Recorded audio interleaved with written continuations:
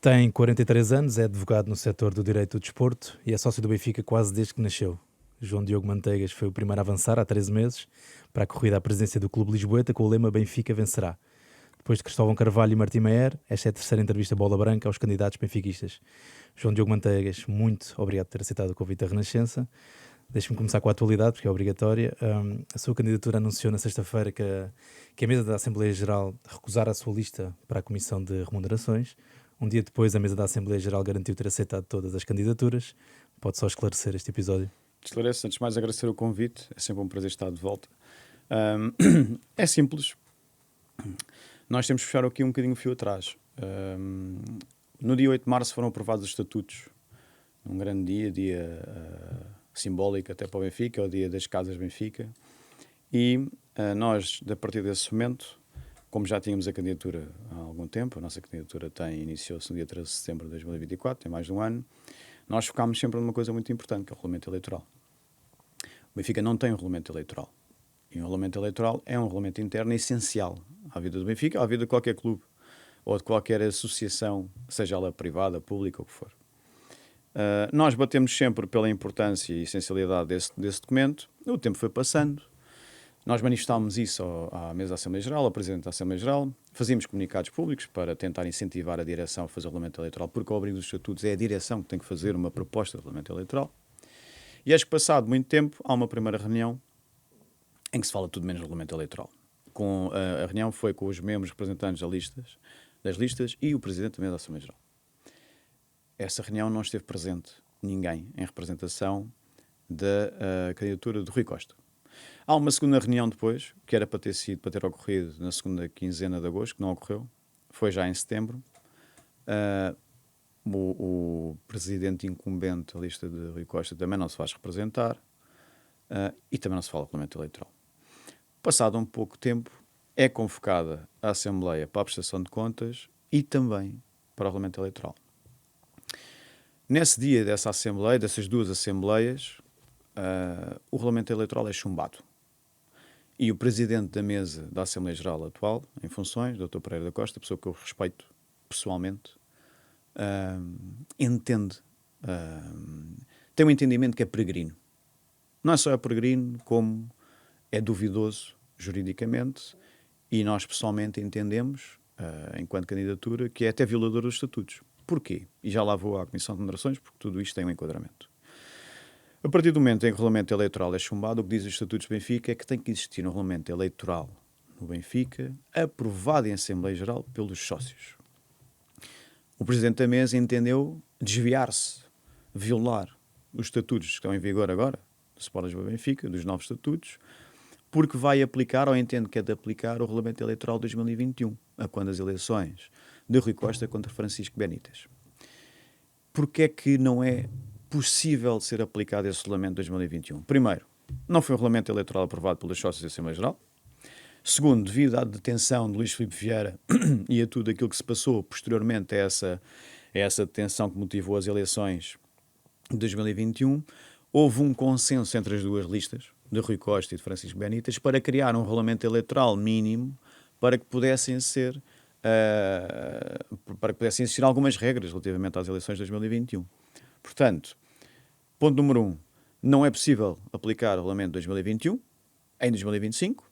Segundo, não é possível, obviamente, porque não foi aprovado em Assembleia Geral dos Sócios, e o que deveria ter acontecido, ponto número 3, era que a direção tivesse feito uma nova proposta de regulamento eleitoral para que os sócios pudessem, obviamente, aprovar ou sugerir alterações e aprovar em sede da Assembleia Geral.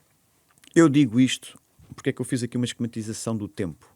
Porque tiveram, desde 8 de março até setembro, para fazer um regulamento eleitoral minimamente condigno para que os sócios pudessem deliberar, analisar e sugerir alterações, e fizeram no mesmo em cima praticamente das eleições. Portanto, isto é premeditado. Eu não tenho problemas em dizer isto. Comissão de Remunerações, entre outros problemas. A Comissão de Remunerações não é um órgão eleitoral. Os 3 órgãos eleitorais do Benfica são Direção, Mesa da Assembleia Geral, Conselho Fiscal. A Comissão de Remunerações é equiparada a um plenário dos órgãos sociais. Não são órgãos em que os sócios votam numa lista. É um órgão que vai por apenso a um dos órgãos. E nós entendemos, ao abrigo da lei por analogia, que vai por apenso ao Conselho Fiscal.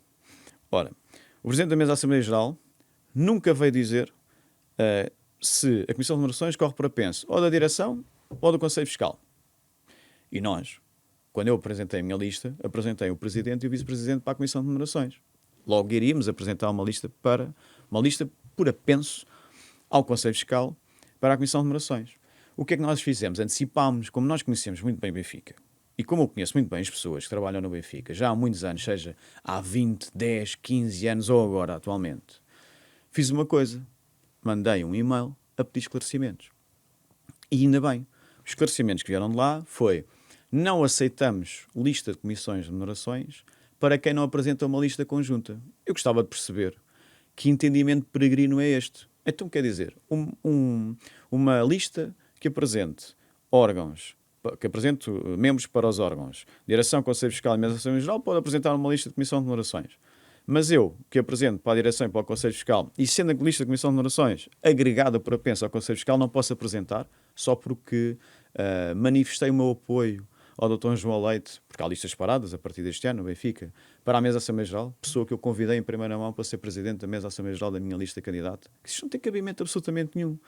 Então, por respeito à ordem e estabilidade do Benfica, porque a nossa candidatura sempre foi em prol de não destabilizar o Benfica, como nós provámos durante o ano, relativamente à época desportiva toda, eu podia ter feito a oposição e sempre disse que não iria fazer. E, portanto, entendemos não apresentar para que não viesse lá uma resposta a dizer assim: não aceito porque vocês não apresentaram uma lista completa, incluindo a Mesa da Assembleia Geral. Meus amigos, isto é a esquizofrenia do Benfica hoje. É uma violação estatutária e é uma violação de todo e qualquer regulamento que existe no Benfica hoje em dia. Muito bem, vamos às ideias e ao estado atual do clube, não é? Enfim, que medida do seu programa é que é a menina dos seus olhos? Comecei por aqui. E que medida é que não tem a atenção que gostava que tivesse? Eu acho que, acima de tudo, não é uma medida, foi algo que eu propus na revisão estatutária e que está implementada já a partir desta época, deste ano civil e desta época desportiva, que é uma nova Assembleia Geral Ordinária. O Benfica até hoje tinha 2 Assembleias Ordinárias. Tinha o orçamento em junho e a prestação de contas em setembro. Eu fiz uma proposta quando o processo de revisão estatutária, que foi aprovado, tive o privilégio de ver os sócios a aceitarem, porque sei a necessidade deles, conheço bem o Benfica a esse ponto, de implementar uma nova Assembleia Geral Ordinária, que é uma Assembleia Geral sobre a época desportiva. Vamos debater aquilo que interessa mais aos benfiquistas. E, portanto, hoje em dia vamos ter, a partir de 2026, vamos ter uma Assembleia Geral para o orçamento em junho, ainda em junho uma Assembleia Geral sobre a época desportiva, modalidades, futebol, aquilo que os sócios gostam de debater na Assembleia Geral Ordinária das contas e do orçamento, e depois temos a prestação de contas em setembro. Portanto, não é a menina dos meus olhos, mas foi algo que eu tive o prazer de confirmar que fui ao encontro daquilo que era o que os benfiquistas queriam. E assim consigo ter uma Assembleia Geral no intermédio destas duas, ordinária, portanto obrigatória todos os anos, para que os sócios possam livremente falar e com tempo, coisa que não acontece nas outras duas, sobre desporto, que é aquilo que mais querem. Nós replicando isto para aquilo que é o nosso projeto, Tucur, que é a nossa lista e as nossas ideias, há 2 coisas que é a menina dos meus olhos, mas é algo que eu conheço muito bem e que sei que vai surtir efeito, vai dar frutos. Primeiro, todas as medidas para o associativismo. O Benfica, nos últimos 4 anos, desagregou-se completamente dos sócios. Os sócios não são vistos como sócios, os sócios são vistos como meros clientes, em que se lembram de vez em quando que eles existem. E isso é fruto também, não seria justo dizer, não seria justo passar isto sem dizer que, fruto dos 18 anos anteriores a este último mandato, foi uma ideia que foi sendo implementada ao longo do tempo. Ou seja, o associativismo do Benfica não morreu, mas foi sendo deixado para trás. Portanto, todas as medidas que nós temos mais de 20 propostas para voltar a unir os sócios e aproximar os sócios do Benfica, são as nossas meninas, os nossos olhos, por assim dizer, diretamente indo ao encontro dos benfiquistas. E depois tem a ver com o desporto, que é a minha grande área de experiência, é aquele rapport que eu trago mais para o Benfica a par do associativismo, que trabalha há 18 anos no setor, de forma transversal, representa tudo o que havia para representar, todos os tipos de agentes esportivos, e que é um modelo desportivo. O nosso modelo desportivo, também podemos dizer, trazer à colação institucional, tem por base um modelo desportivo que é a otimização do valor de mercado das equipas para imediatamente atacar tudo aquilo que é as alterações necessárias para se fazer para que o Benfica possa vingar imediatamente a nível desportivo e depois a nível institucional. Nós temos aqui ideias para o Benfica, que já metemos cá fora, não só para o Benfica internamente, como para o Benfica posicionando-se no ecossistema desportivo em Portugal. Federação, Liga e Associação de Futebol de Lisboa. Duas dessas propostas que nós apresentámos têm a ver com a centralização dos direitos audiovisuais e, acima de tudo, muito importante para nós, a alteração dos quadros competitivos. Já lá vamos. Lembro que temos meia hora, portanto vamos tentar chegar lá a esses temas. Eu vou tentar ser breve, peço desculpa. Certo, não, agradeço. Como avalia a presidência do Rui Costa? Já falámos do tal projeto desportivo, o que é que acontece hoje, a tal da desagregação em relação aos adeptos, segundo o seu ponto de vista, mas como é que vê esta presidência, o mandato? O que é que era, o que é que mudou, para onde é que vai, se continuar assim em Benfica? Eu faço-lhe uma suma, a avaliação é negativa, como é óbvio. Caso contrário, não me teria candidatado. Eu candidato-me por duas razões, porque o mandato desta direção dos últimos 4 anos falhou, e por outro lado, porque só agora é que me pude candidatar ao Benfica, porque o Benfica, até 8 de março de 2025, tinha uns estatutos que me proibiam de candidatar. Eu só podia ter 43 anos e 25 anos de sócio efetivo. Cumprido esse pressuposto, graças a Deus os estatutos também mudaram, que permite todos os candidatos poderem se candidatar também. O falhanço deste mandato de Rui Costa com a sua direção é evidente, porque falhou desportivamente, institucionalmente e até em termos de política interna. Bom, desportivamente é fácil, não é? Um campeonato, 2 supertaças e uma taça da Liga. Isto é muito pouco para 435 milhões de euros investidos em jogadores, não obstante terem sido vendidos 705 milhões de euros. Depois, o institucional é algo que nos diz muito. Acho que o Benfica se posicionou e apoiou quem não devia ter apoiado, nem que seja por mero respeito àquilo que é a visão dos benfiquistas. Não é nenhum segredo, ou pelo menos é o segredo mais mal guardado. Então, se quisermos, os benfiquistas, na sua generalidade, focam-se em pessoas.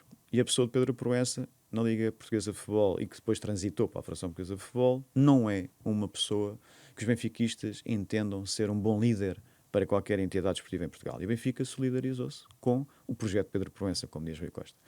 Eu acho que o Benfica podia, obviamente, relacionar-se, e deve relacionar-se, é isso que eu quero, quando for presidente do Benfica, com a Federação Portuguesa de Futebol, na pessoa de Pedro Proença. Acho que não deve ser promotor das ideias de Pedro Proença por respeito aos benfiquistas. E então o que é que tem que fazer? Tem que exigir, tem que sacar ideias, projetos e visão, posicionamentos à Federação e à Liga Portuguesa de Futebol, agora na pessoa do Dr. Reinaldo. E depois uma política interna quando, durante um mandato de 4 anos, tivemos N pessoas que saíram do Sport Lisboa Benfica, mas em particular 2 pessoas que eu gosto sempre de relembrar, porque o Ministro Salles Oliveira era inevitável que saísse, Miguel Moreira não fazia parte da candidatura, mas era um administrador com muito peso, a par do Ministro Salles Oliveira, dentro da SAD do Benfica. Falo, obviamente, de Luís Mendes, que era uma pessoa próxima, era alguém que saiu fora da caixa da candidatura de Rui Costa, um amigo muito pessoal de Rui Costa, uma aposta de Rui Costa, e também de Jaime Antunes, que são 2 saídas cujas declarações levantaram muitas dúvidas e muita celeuma para o Benfica. Já sugeriu que o Benfica não é um clube viável, criticou o mercantilismo puro, até quando da venda do João Neves, por exemplo. Trading puro. Como é que seguram os jogadores cobiçados por gigantes europeus? No fundo, onde é que o clube vai buscar dinheiro para evitar essas vendas, ou pelo menos adiar? Isto ignorando sempre a vontade dos jogadores, que às vezes parece que... Não vamos confundir as coisas. Uma coisa é o Benfica ter necessidade de vender, outra coisa é como é que se agarram os jogadores. São coisas diferentes. Obviamente que se nós estivermos numa entidade que tem uma necessidade financeira, ou seja, no caso do Benfica não tem caixa. O Benfica tem um problema de caixa, problema de tesouraria. Não é um problema contabilístico. O Benfica apresentou contas agora positivas em setembro, quer na SAD e depois através do MEP para o clube.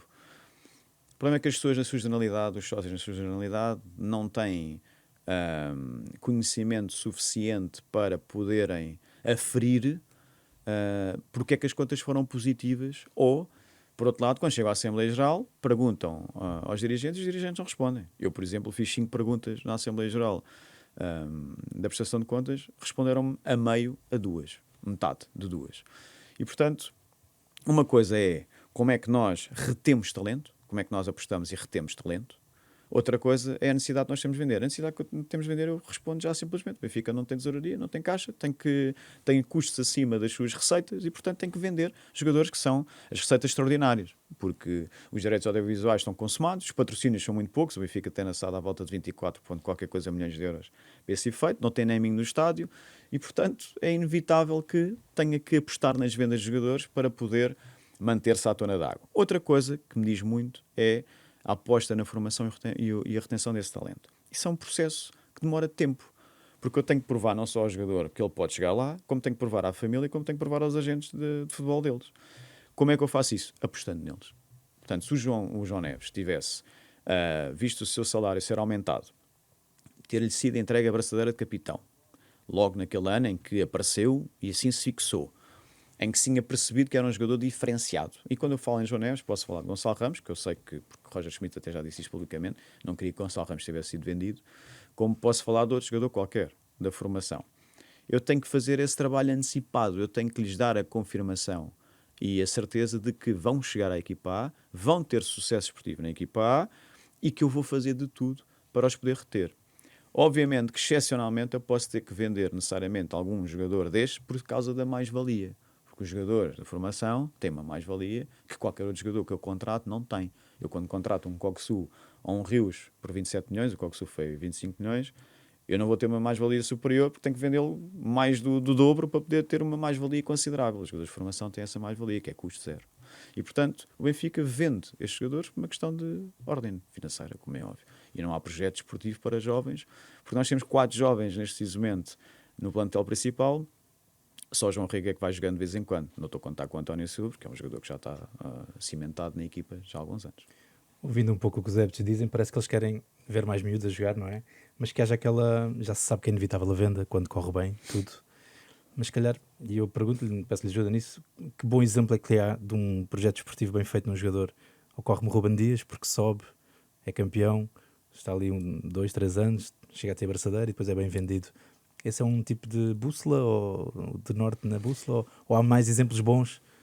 Porque realmente eles têm sido muito cedo, não é? Eles têm sido muito cedo uma questão financeira. Isso é evidente. Não há aqui nenhum segredo e está à vista armada de todos. O Ruben Dias é um exemplo muito bom, tal como o João Neves. Quer dizer, o João Neves sai do Benfica, é campeão e depois é campeão europeu. Não é uma brincadeira. O Ruben Neves sai do Benfica, chega à Premier League, no ano a seguir é o melhor jogador, é o melhor defesa da Premier League e é um dos melhores jogadores da Premier League. O Benfica forma bem. O Benfica não beneficia desportivamente dos jogadores. O que o Benfica tem que fazer é reter esse talento até uma determinada idade. Nós entendemos que até aos 24 anos é um produto finalizado de um jogador, que é um ano após aquilo que a FIFA e a UEFA consideram como sendo uma atração de desenvolvimento e de formação do jogador, em que o Benfica, aos 24 anos, tem um jogador completo, tem um homem completo. Ou se quisermos aplicar no futebol feminino, temos uma mulher completa em termos formativos, de casa, desportivamente preparada para sair e jogar em qualquer liga. E, portanto, e é por causa disso, nós até temos rankings de, campeonatos mais profissionais, menos profissionais. O que o Benfica não conseguiu fazer até agora foi exatamente isso, reter esse talento e só depois vender o produto finalizado, lamento estar a utilizar esta expressão, mas é de facto a melhor que eu posso para tentar que as pessoas percebam. Porque, repare, quando é que o Ruben Dias foi vendido? Foi em 2020, no ano do Covid, quando havia eleições. Quando o Luís Fifiero entendeu que tinha que gastar 100 milhões de euros em jogadores, tinha que vender também para ter dinheiro, como é óbvio, e no negócio de Ruben Dias tentou trazer alguém com experiência, mas que não tem a rentabilidade nem o futuro Ruben Dias, que neste caso foi Otamendi. Nada contra Otamendi, é um jogador altamente profissional, é dos poucos que ficou ao longo de 5 anos, é um bom exemplo de profissionalismo, é um excelente capitão, mas depois trouxe também esses problemas, não é? Mal chegou, Jorge Jesus, que foi o treinador contratado para essa época, também lhe entregou de bandeja a abraçadeira capitão. Quer dizer, há um desvio daquilo que são os padrões, dos valores, princípios e história do Sport Lisboa e Benfica. É um mercantilismo puro a funcionar. E o Benfica, nestes, diria 25 anos, nos últimos 25 anos, não olhou para aquilo que é o Benfica. Olhou para as necessidades financeiras, para o mercantilismo puro. E isto é um princípio com que o Benfica se rege hoje em dia, que vai acabar em outubro. Estou convicto disso. E aí uma armadilha que eu acho que não se fala o suficiente, que é, se uma história correr mal, no jogador que sai e não correr bem, é má publicidade para o clube, não é? Mas repare, mas o risco está sempre lá. Eu, quando falo da formação, o nosso modelo desportivo assenta em 3 vetores, um deles é a formação. A aposta no risco que é a formação. Nós temos de estar conscientes que os jogadores podem falhar, mas uma contratação de 27 milhões de euros também não pode falhar. Uma de 30 não pode falhar. Coxo não falhou por 25 milhões de euros. Artur Cabral não falhou. Jurasek não falhou. Posso estar aqui a tarde toda a dar exemplos. Portanto, há aqui questões que as pessoas têm que olhar e pensar assim: qual é a margem de risco que eu prefiro adotar e defender entre um jogador que custa 25 milhões e um jogador que me custou quase nada e que eu tenho que ser mais condescendente, mais pedagógico para com ele? É o jogador da formação. E o risco que eu tenho aqui, que tenho mais que assumir e prepará-lo psicologicamente, o jogador de formação para este efeito, não é fácil jogar no Estádio da Luz. Não é fácil jogar pelo Benfica. Porque um jogador que venha caro, uma contratação cara, significa que é um jogador já experimentado, já não é propriamente, é um jogador que tem futuro, mas é um jogador que vem com alguma tração e que pode chegar aqui e já está preparado para grandes palcos. Supostamente, não é? Agora, o jogador de formação, não. O maior trabalho que nós temos que ter com os jogadores de formação é prepará-los psicologicamente para jogarem pelo Benfica. Esse é que é o grande, eu diria que é o grande segredo que nós temos que combater.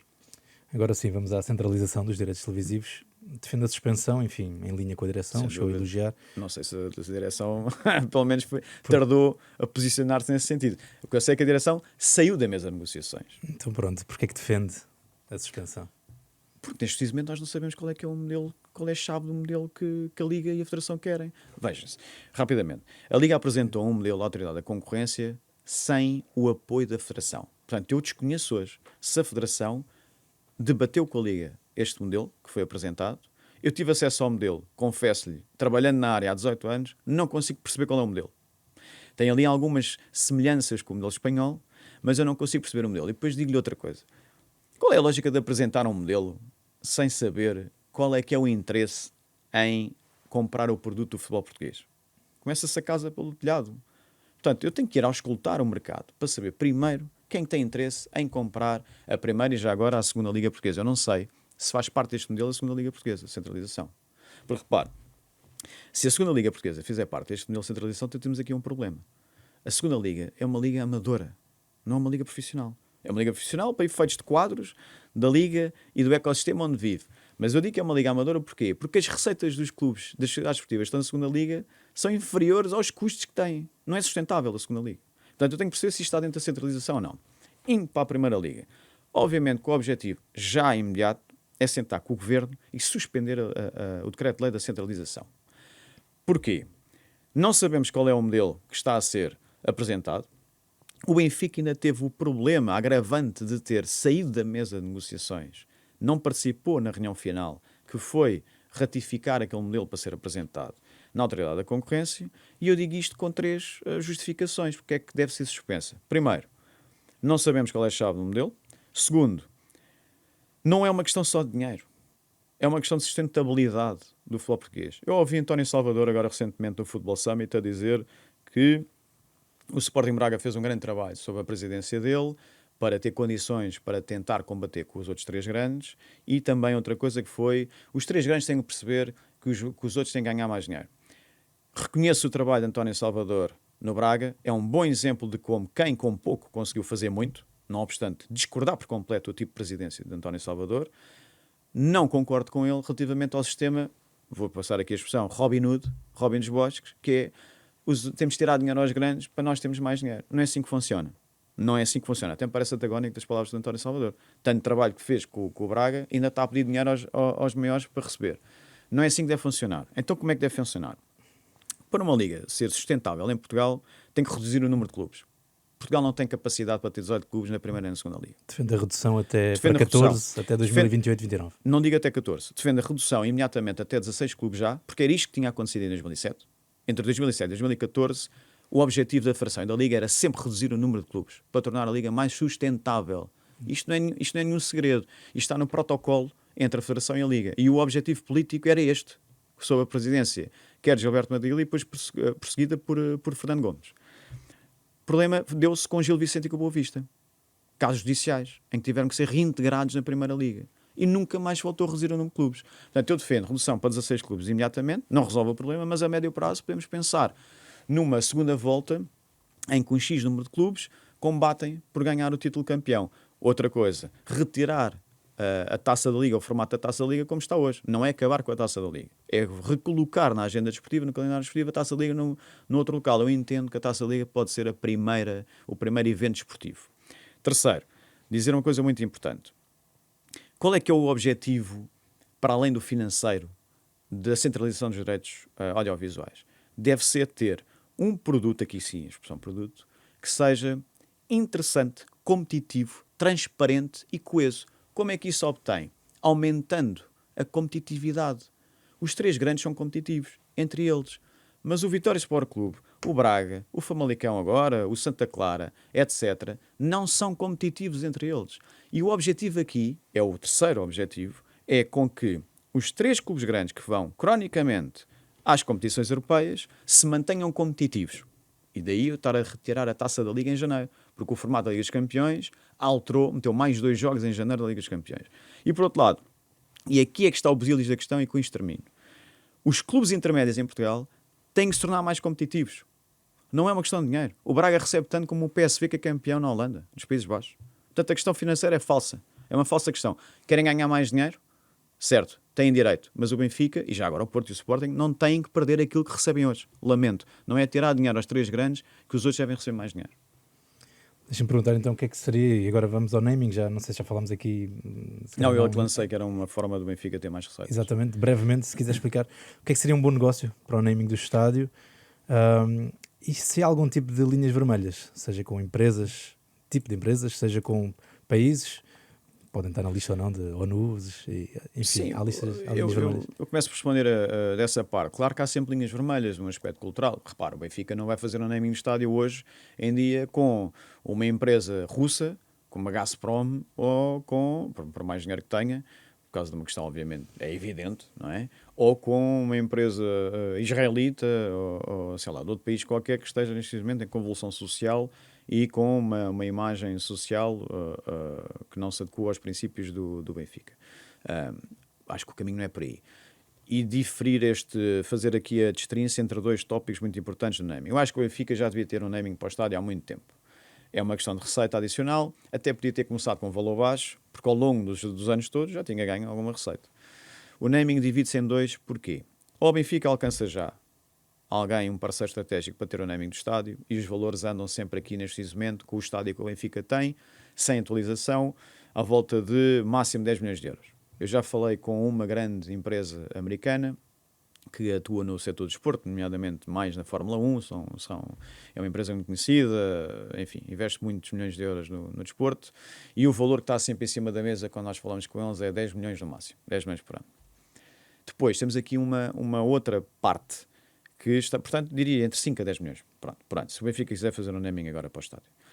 Depois temos aqui uma outra parte que é muito importante as pessoas perceberem. O que os estudos revelam, teoricamente, nos últimos anos, para que seja um naming mais proveitoso acima desse valor, é necessário construir um estádio novo. É isto que está a acontecer. Foi isto que aconteceu com o Real Madrid para captar patrocinadores. É isto que aconteceu com o Barcelona, obviamente com a Spotify. E é isto que acontece em qualquer lado do mundo, porque nós estamos a construir algo novo e o parceiro estratégico vai criar uma parceria nova connosco, a começar do zero, e está a investir também na construção deste estádio. Há um estudo, inclusivamente, da Kroll, que é uma consultora, uma entidade que fez a segunda auditoria de referência ao Barcelona quando o Laporta ganhou as últimas eleições, que é um estudo até bastante resumido, que diz claramente: o naming do estádio é uma oportunidade única no mercado, mas para isso convém que seja feita uma estrutura nova, uma infraestrutura nova, ou seja, um estádio novo. E isso, o Benfica, parece-me, pode começar já a pensar, até caminho do Mundial 2030, mas tem que sentar com o Governo, tem que sentar com a FIFA e tem que sentar com a UEFA. E, portanto, perceber que dois caminhos é que deve seguir. Se é um estádio novo ou se é uma atualização. E a atualização já sabe que vai receber menos do que se fosse um estádio novo. João Diogo Manteigas, temos um minuto. Deixa-me perguntar, para acabar, já vou fazer 2 perguntas rápidas, se pudesse-lhe ter essa colaboração. Porque há bocado falámos em modalidades, enfim, não consegui chegar às modalidades. Aqui no meu documento houve uma gralha que passou para moralidades, então aproveito para perguntar: há espaço para ética e moralidade no futebol, no desporto? Como é que vê isso numa frase, para já? Ou se será cínico quanto a isso? Não, eu acho que há sempre espaço para a ética e fair play no desporto. Eu próprio sou um promotor disso já há muitos anos, mas é inevitável que quando não respeitem o clube que você representa, que tenha que ser, não se desvie da ética, mas que tenha que meter os pontos nos is e defender intransigentemente os seus clubes. Portanto, os clubes representam, portanto, há sempre espaço para a ética fair play, mas você não controla terceiros. E, portanto, quando você não controla terceiros, tem que também que os tentar meter na linha. E aí podemos extravasar alguns limites da ética fair play. Não esquecendo que a ética fair play são chavões teóricos, não são lei propriamente dita, não é? São bons costumes. E às vezes no futebol temos que nos desviar dos bons costumes. Certo, como falou em valores e pergaminhos na sua apresentação de candidatura. Eu tento, mas se for preciso desviar-me, desvio-me. Numa frase agora, sim, se um extraterrestre aterrasse em Lisboa, como é que lhe explicava em poucas palavras o que é o Benfica? O Benfica é mundo, é família. Portanto, o extraterrestre, quando chegasse ao Estádio da Luz, percebia logo a magnitude daquilo que é o melhor clube do mundo, o maior clube do mundo. Bastava-lhe dizer duas frases, via uma estátua em frente àquele estádio magnânimo, inacreditável, de um senhor que revolucionou o futebol, e depois olha para o lado e vê dois pavilhões e sabe que o Benfica basicamente são três coisas. A quantidade de pessoas que está no estádio, que é o associativismo; o segundo, que é a formação, e a estátua que está daquele grande senhor em frente à porta 18 é fruto também dessa formação; e depois olha também para uma coisa chamada pavilhões, que é o atletismo. O Benfica é caracterizado por três grandes características.